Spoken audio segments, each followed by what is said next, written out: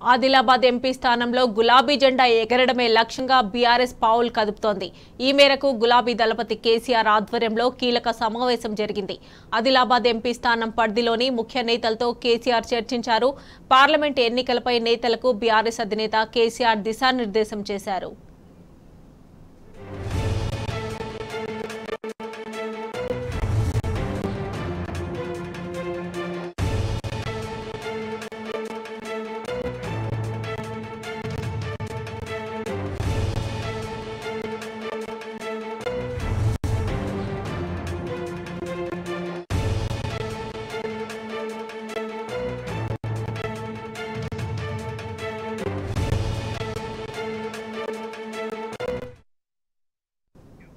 Adilabad MP స్థానంలో గులాబీ జెండా ఎగరడమే లక్ష్యంగా బీఆర్ఎస్ పావులు కదుపుతోంది.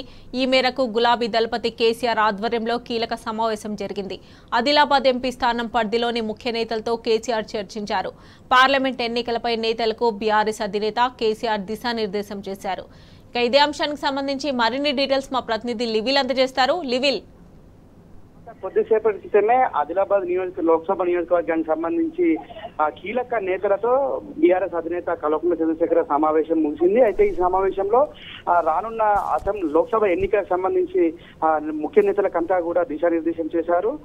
ఏ విధంగా అయితే ఇవాళ కాంగ్రెస్ ప్రభుత్వం వచ్చి 3 నెలలు అవుతున్నప్పటికీ కూడా సమస్యల పరిష్కారం కావచ్చు, ఇచ్చిన హామీలు అమలు చేయకపోవడం, ఇవన్నింటినీ కూడా ఎన్నికల ఎజెండాగా తీసుకెళ్లి ప్రజలకు మద్దతుగా మనం నిలిచినప్పుడు నిలవాలి, వారికి మద్దతుగా నిలిచి మనం ఆదిలాబాద్ నియోజకవర్గానికి సంబంధించి ఏదైతే లోక్సభ నియోజకవర్గం ఉందో దానికి ఎంపీ గులాబీ జెండా ఎగరేసే విధంగా మనం కలిసికట్టుగా పనిచేయాలి. కింది స్థాయి కార్యకర్త నుంచి ఎమ్మెల్యే వరకు ఎమ్మెల్సీలు అంతా కూడా ఆ సమన్వయంతో కృషి చేసి వాళ్ళ ఆదిలాబాద్ ఎంపీ సీటును కైవసం చేసుకోవాలని చెప్పేసి కూడా దిశానిర్దేశం చేశారు. ఇప్పటికే 9 మంది లోక్సభ అభ్యర్థులను ప్రకటించిన నేపథ్యంలో ఇవాళ ఆదిలాబాద్ సంబంధించి ముఖ్య నేతల సమావేశము దాదాపు 3 గంటల పాటు కొనసాగింది. దీనిలో ప్రధానంగా ఏదైతే ఇటు రైతాంగం ఎదుర్కొంటున్న సమస్యలు కావచ్చు, ఇటు త్రాగునీటి సాగునీటి సమస్యలతో పాటు ఇతర కరెంటు కోతలపై కూడా మనం దృష్టి సారించాలి. ప్రజలకు ఇచ్చిన కాంగ్రెస్ ప్రభుత్వం మోసపూరిత హామీలు ఏవైతే ఇచ్చిందో 6 గ్యారంటీలకు సంబంధించి కూడా ఒక ప్రణాళికతో మనం ముందుకెళ్లినట్లయితే ఖచ్చితంగా విజయం అనేది. ఇప్పటికే ఆదిలాబాద్ లో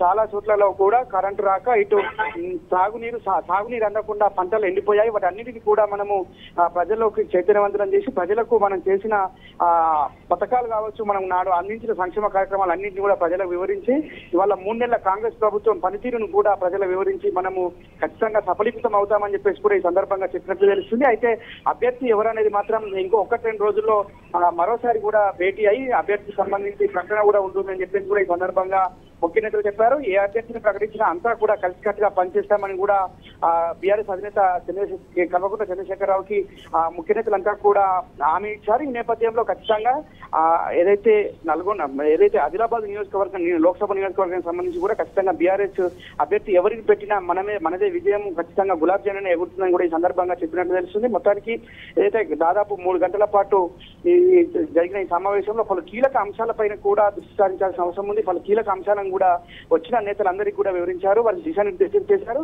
రానున్న లోక్సభ ఎన్నికలు 1-2 రోజుల్లో నోటిఫికేషన్ షెడ్యూల్ వచ్చే అవకాశం ఉన్న నేపథ్యంలో కూడా మరింత మనం దూకుడుగా వివరించాలి. ఏదైతే ప్రభుత్వం చేస్తున్న వైఫల్యాలను ప్రజల వద్దకు తీసుకెళ్లాల్సిన అవసరం ఎంతైనా ఉందని చెప్పేసి కూడా ఈ సందర్భంగా ముఖ్య నేతలకు సూచించినట్టు తెలుస్తుంది. అంతేకాకుండా కాంగ్రెస్ ప్రభుత్వం ఇవాళ 6 గ్యారంటీలతో అబద్ధాలతో ఇవాళ ప్రభుత్వం ఏర్పాటు చేసింది. 6 గ్యారంటీలలో 13 అంశాలు ఏవైతే ఉన్నాయో ఆ 13 అంశాలను వాళ్ళ అమలు చేయకుండా పక్కదారి పట్టించేందుకు అనేక కుట్రలన్నింటినీ కూడా ఛేదిస్తూ ఇవాళ ముందుకెళ్లాల్సిన అవసరం ఎంతైనా దానికి కార్యకర్త నుంచి ముఖ్య నాయకుల వరకు కూడా అందరూ కూడా సమన్వయంతో పనిచేసి వాళ్ళ ఆదిలాబాద్ లోక్సభ నియోజకవర్గానికి సంబంధించిన ఎంపీని మనం గెలిపించుకోవాలి, గులాబీ జెండే ఎగరాలి అని చెప్పేసి కూడా ఈ సందర్భంగా ముఖ్య కార్యకర్తలకు దిశానిర్దేశం చేశారు. మమత.